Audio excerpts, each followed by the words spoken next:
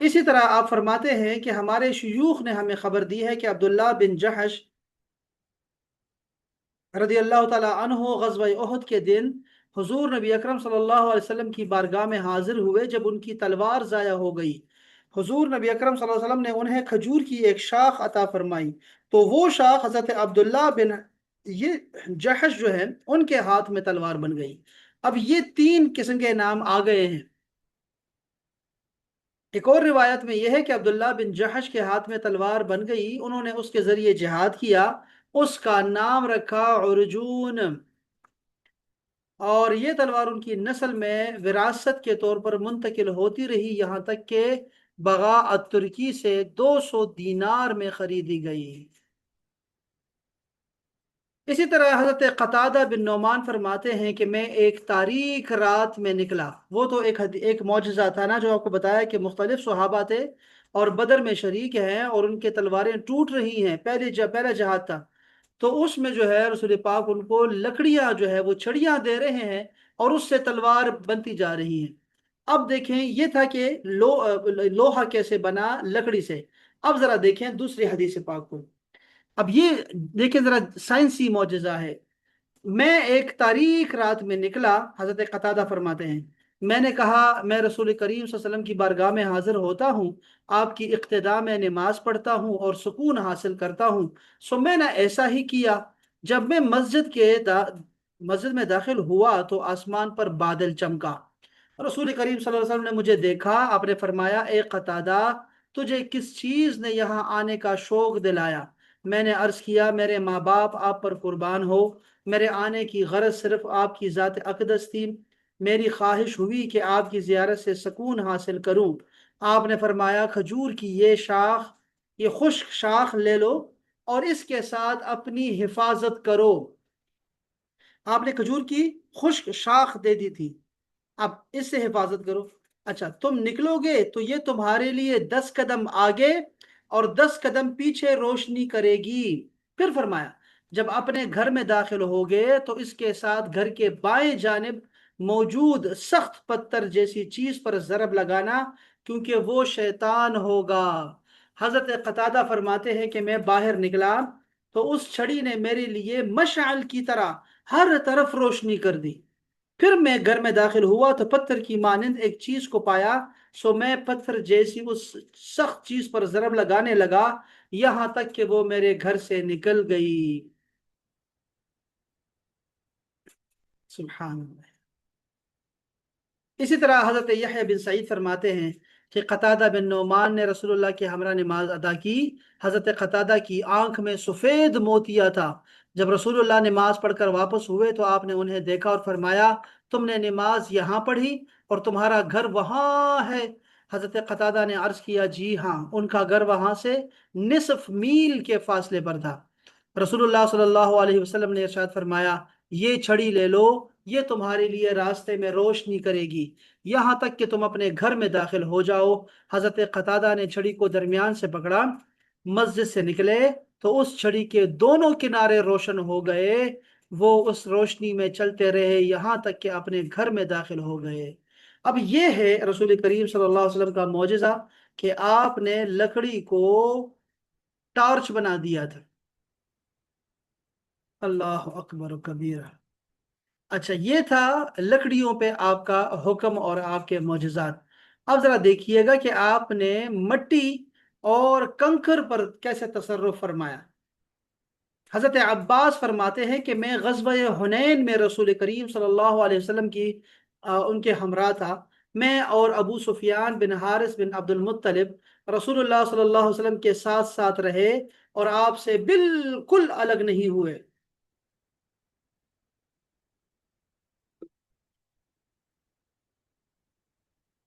سفید رنگ کے اس خچر پر سوار تھے جو آپ کو فروا بن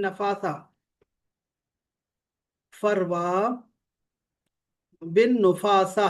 الجزامی نے ہدیہ کی تھی۔ اچھا جب مسلمانوں اور کفار کا مقابلہ ہوا تو مسلمان پیٹھ پھیر کر بھاگ گئے، میں نے دیکھا کہ رسول اللہ اپنے خچر کو کفار کی جانب دوڑا رہے تھے۔ بیان کرتے ہیں کہ پھر رسول اللہ نے چند کنکریاں اٹھائی اور کفار کے چہروں پر پھینک دی اور فرمایا رب محمد کی قسم یہ ہار گئے۔ حضرت عباس کہتے ہیں میں دیکھ رہا تھا لڑائی اسی تیزی سے جاری تھی، جو ہی آپ نے کفار کی طرف کنکریاں پھینکی بخدا میں نے دیکھا کہ کفار کا زور ٹوٹ گیا اور وہ پیٹ پھیر کر بھاگنے لگ گئے۔ جنگ کا سارا سما یکسر بدل گیا، چنانچہ مسلمانوں کو شکست کی جو شکست تھی وہ فتح میں بدل گئی۔ یہ صحیح حدیث شریف مسلم کی حدیث ہے اور احمد کی حدیث پاک کہ آپ نے کنکریوں کو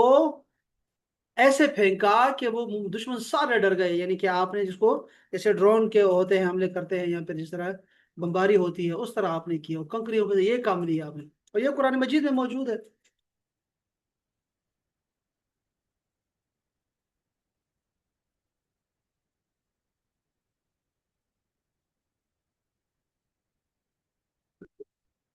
اب اسی طرح حضرت ایاس فرماتے ہیں کہ مجھے میرے والد نے یہ حدیث بتائی تھی، انہوں نے کہا کہ ہم رسول اللہ کے ہمراہ غزوہ حنین میں گئے، جب ہمارا دشمن سے مقابلہ ہوا تو میں آگے بڑھ کر ایک گھاٹی پر چڑھ گیا، دشمن کا ایک شخص سامنے سے آیا، میں نے اسے تیر مارا، وہ چھپ گیا اور مجھے پتہ نہ چل سکا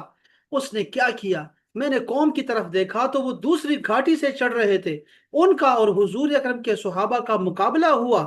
حضور نبی اکرم صلی اللہ علیہ وسلم کے صحابہ پشت پھیر کر بھاگے، صحابہ بھاگے، میں بھی شکست خوردہ لوٹا، درآں حال کے مجھ پر دو چادریں تھی، ایک میں نے باندھی ہوئی تھی اور دوسری اوڑی ہوئی تھی، میرا تہبند کھل گیا تو میں نے دونوں چادروں کو جسم پر اکٹھا کر لیا اور میں رسول اللہ کے سامنے شکست خوردہ لوٹا۔ آپ اس وقت اپنے خچر شہبا پر، یہ کیا نام ہے،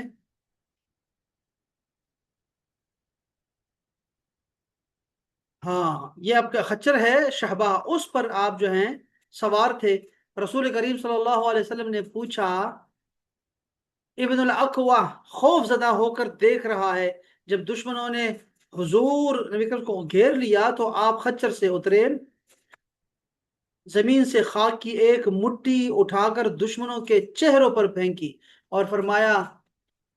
ان کے چہرے قبیح ہو گئے۔ پھر اللہ تعالیٰ نے اس مٹھی کی مٹھی سے ان کو جنگجو کفار کے ہر فرد کی آنکھ بھر دی اور وہ پیٹ پھیر کر بھاگ گئے، سو اللہ تعالیٰ نے ان کو شکست دی اور رسول اللہ نے ان کا مال غنیمت مسلمانوں میں تقسیم کر دیا۔ وما رمیتا اذ رمیتا ولکن اللہ رما، یہ قرآن مجید میں آیت کریمہ بھی ہے اس میں کہ آپ نے جو کنکریاں یا مٹی پھینکی تھی وہ آپ نے نہیں بلکہ اللہ نے پھینکی تھی، یہ آپ کا مقام ہے، دیکھ لیں آپ کہ رسول اللہ کا جو فعل ہے نا اس کو اللہ تعالیٰ نے اپنا فعل کہا۔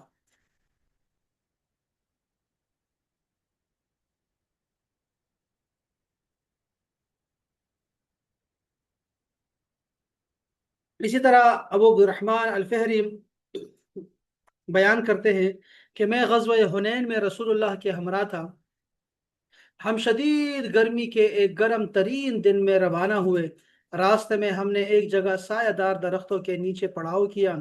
جب سورج ڈھل گیا تو میں نے اپنا اسلحہ ذیب تن کیا اور گھوڑے پر سوار ہوا اور رسول اللہ صلی اللہ علیہ وسلم کی خدمت میں حاضر ہو گیا۔